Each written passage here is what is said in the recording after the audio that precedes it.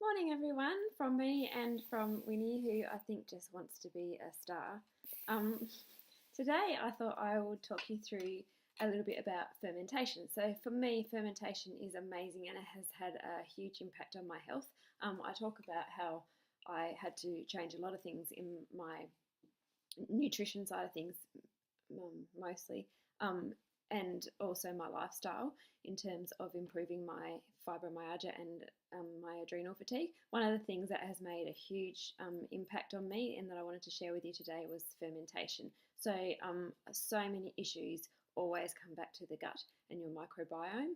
If you haven't heard much about that, then the more you get into these circles, the more you will hear about it.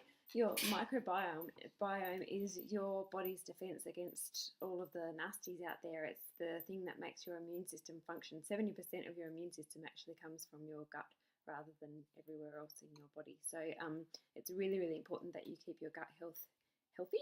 And for me, that's one of the main thing. That was my weak point, I suppose, in terms of me getting unwell, was my 24/7 stress, which caused my whenever you're in a high state of stress or a high state of fight or flight for a long time, that causes your stomach acids to drop. When your stomach acids drop, you are much more susceptible to germs and bugs and particularly parasites starting to overpopulate and take control.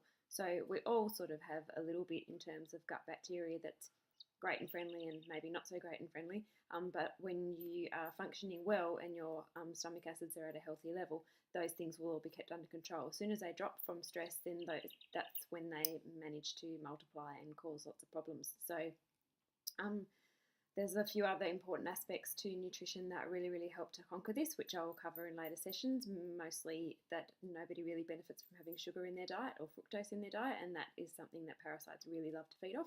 But we're talking today about putting some good stuff in rather than the taking out stuff, which is not such a fun subject. So today I just want to talk to you a little bit about fermenting, and mostly today talking about fermenting veggies.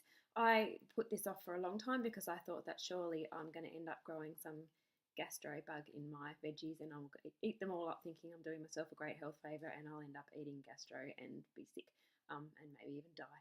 But I was brave enough. I bought the Pete Evans kit, which I highly recommend, and took the plunge and I made fermented veggies, and I've never looked back since. So I just wanted to give you a quick run through because like I said, don't pretend to be a celebrity chef.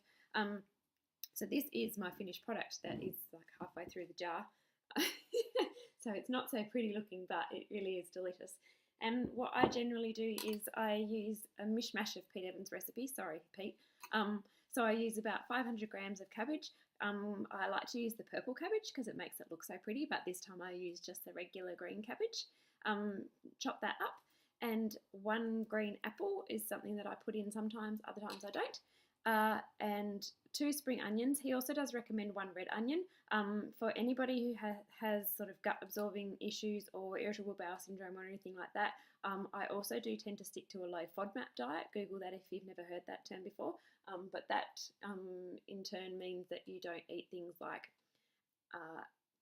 apple skins and you don't eat onions. But you can eat spring onions, just the green bit. So I just chop up the green bit of the spring onion and put about 4 of those in instead of the 2 that he recommends because I've cut out the red onion. So 4 stalks of spring onion and a handful of fresh coriander, the juice of 1 lime, and then you get stuck into the things that he uses like the culturing salt, which is now in a bag, but the culturing salt does come with the kit, that you just pop into that mixture to really bring the juices out of the cabbage and stuff, and it makes it all yummy and delicious.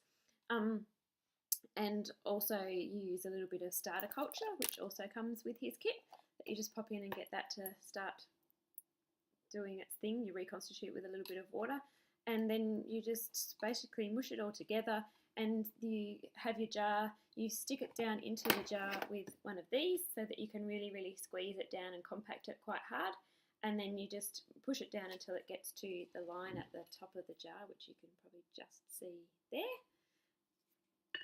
And then you pop this down as well, which is like a little ceramic thing that pushes it down and keeps, you need to always make sure that you have the liquid covering the things that you have in your jar. So this sort of enables that to happen so that it keeps the rest of your cabbage and stuff pushed down, but it also keeps the juices just above it.